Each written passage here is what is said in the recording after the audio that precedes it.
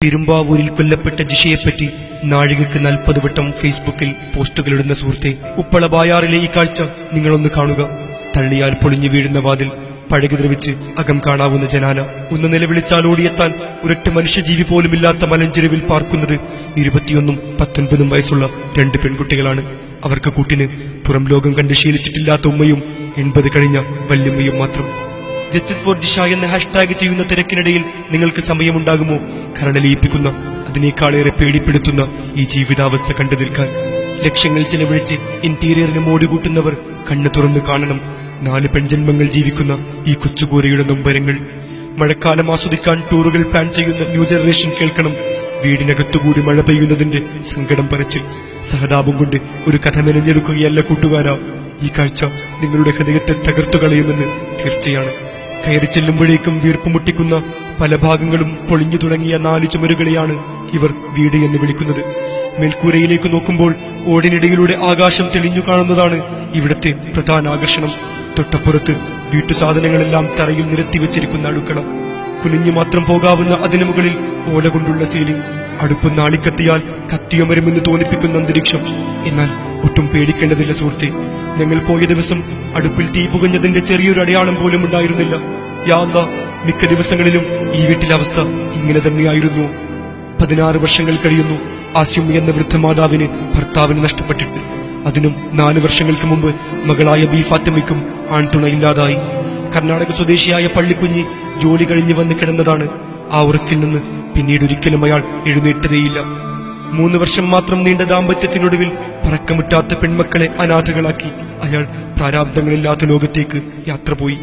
10ാം ക്ലാസ്സിൽ പഠനം നിർത്തിയ, വിവാഹത്തെപ്പറ്റി നിറമുള്ള സ്വപ്നങ്ങളൊന്നുമില്ലാത്ത, നാളുകളെപ്പറ്റി പ്രതീക്ഷകളില്ലാത്ത അവർ 2 പേർ, സെറീനയും ജമീലയും, ദുഃഖങ്ങൾ അനുഭവിച്ചു തീർക്കാനായി ഇവിടെ ഇപ്പോഴും ബാക്കിയുണ്ട്. ദുരവസ്ഥയുടെ ഈ കഥ ഇവിടം കൊണ്ട് തീരുന്നില്ല. ചൊർന്നലിക്കുന്ന ഈ കൂരയ്ക്ക് തന്നെ 30 വർഷങ്ങൾ കഴിഞ്ഞെന്നും 4 സ്ത്രീജന്മങ്ങൾക്ക് ഉപയോഗിക്കാൻ ഒരു കക്കൂസ് ഇവിടെയില്ലെന്നും നിങ്ങൾക്ക് വിശ്വസിക്കാൻ കഴിയുന്നുണ്ടോ? പ്രായപൂർത്തിയായ പെൺകുട്ടികൾ പ്രാഥമിക കാര്യങ്ങൾക്കായി കുന്നിൻ ചെരുവിനെ ആശ്രയിക്കേണ്ട ഗതികേടിനെ ഏത് ഭാഷ കൊണ്ടാണ് ഞങ്ങൾ പറഞ്ഞു തരേണ്ടത്? മേൽക്കൂരയില്ലാത്ത പേരിന് മാത്രമുള്ള ഈ മറ പകൽ വെളിച്ചത്തിലും നിങ്ങളെ ഭയപ്പെടുത്തും.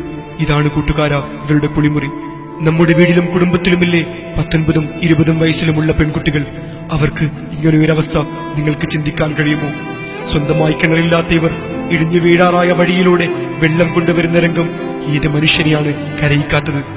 ആരോഗ്യമുള്ളവർ പോലും ക്ഷീണിച്ചു പോകുന്ന ദുർഘടമായ വഴിയിലൂടെ വേണം മഴയോടൊപ്പം സങ്കടങ്ങളും കോരിച്ചെറിയുന്ന ബായാറിലെ ഈ വീട്ടിലേക്കെത്താൻ. ഇതിലൂടെയാണ് ആസ്യുമ്മ പുറം ലോകത്തേക്ക് നടന്നു പോകുന്നത്. സെറീനയും ജമീലയും പഠനം അവസാനിച്ചതിനു ശേഷം ഒരിക്കൽ പോലും വീടിന് പുറത്തേക്കുള്ള വഴികൾ കണ്ടിട്ടില്ല. ഇവരെ തനിച്ചാക്കി ഉമ്മയായ ബി ഫാത്തിമ ഇവിടേക്കും പോകാറുമില്ല. അല്ലെങ്കിലും പോകാനായി ഇവർക്ക് ഇടങ്ങളൊന്നുമില്ലല്ലോ. വിരുന്നു സൽക്കാരത്തിന്റെ ക്ഷണപത്രവുമായി, വിവാഹാഘോഷത്തിന്റെ കുറിമാനവുമായി കഴിഞ്ഞ എത്രയോ വർഷങ്ങളായി ഒരാൾ പോലും ഇവരന്വേഷിച്ച് വന്നിട്ടില്ല. ഒരു ചടങ്ങിലും ഇവർ പങ്കെടുത്തിട്ടില്ല. ഒരു പുതുവസ്ത്രവും എടുത്തണിഞ്ഞിട്ടില്ല. 20 വർഷങ്ങളായി ബി ഫാത്തിമ ബീഡി തെറുക്കുന്നത് കൊണ്ട് മാത്രമാണ് 4 മനുഷ്യർ ഇപ്പോഴും മരിക്കാതെ ജീവിക്കുന്നത്. തുച്ഛ വരുമാനമെന്ന് ആലങ്കാരികമായി പറയുകയല്ല. ആഴ്ചയിൽ കിട്ടുന്ന ശമ്പളം 150 200 രൂപയാണ്. പിന്നെ ആസ്യമ്മയുടെ വാർദ്ധക്യകാല പെൻഷനും. അതിൽ വീട്ടുസാധനങ്ങൾ, കറണ്ട് ബില്ല്, മരുന്ന്. ഇങ്ങനെ കണക്ക് കൂട്ടിയാലാണ് ഈ അക്കങ്ങളെ കൂട്ടിയോജിപ്പിക്കാൻ കഴിയുക. ചെലവിന് തികയാത്തതിനാൽ 78ാമത്തെ വയസ്സിൽ ബീഡി തെറുക്കാൻ പഠിച്ച ആസ്യമ്മയുടെ നൊമ്പരങ്ങളെ നിങ്ങൾ എന്തു പേരിട്ട് വിളിക്കും? മെയ് മാസത്തിൽ കാലം തെറ്റി വന്ന കാറ്റിൽ ഈ കൂര പകുതിയും തകർന്നു പോയിരുന്നു. ഇത് കണ്ടറിഞ്ഞ് ഏതോ സുമനസ്സുകൾ ദിവസങ്ങൾക്ക് മുമ്പ് കുറച്ചോട് മാറ്റിയിട്ട് കൊടുത്തതാണ്. എന്നിട്ടും മേൽക്കൂരയിൽ പുതിയ വിടവുകളുണ്ടാക്കി മഴ പിന്നെയും ഇവരെ തോൽപ്പിച്ചുകൊണ്ടിരിക്കുകയാണ്. നാട്ടുകാരെ ഞെട്ടിക്കുന്ന കൊട്ടാരങ്ങൾ പണിത് വീട്ടിലേക്കുള്ള വഴിയിൽ സ്ഥാപിച്ച വലിയ ഗേറ്റുകളുടെ സുരക്ഷിതത്വത്തിൽ കഴിയുമ്പോൾ ഒന്നോർക്കണം, വാതിൽ പോലും പൊളിഞ്ഞുപോയ ബായാറിലെ ഈ കൊച്ചുകൂരയെപ്പറ്റി, അതിനുള്ളിൽ പെൺമക്കളെക്കുറിച്ചോർത്തുറങ്ങാത്ത ഒരുമ്മയുടെ സങ്കടങ്ങളെപ്പറ്റി. കൈനീട്ടി മുമ്പിലെത്തുന്നവരിലേക്ക് നാണയത്തുട്ടുകൾ എറിഞ്ഞു കൊടുക്കുമ്പോൾ നിങ്ങൾ ഇവരെ കണ്ടെന്ന് വരില്ല.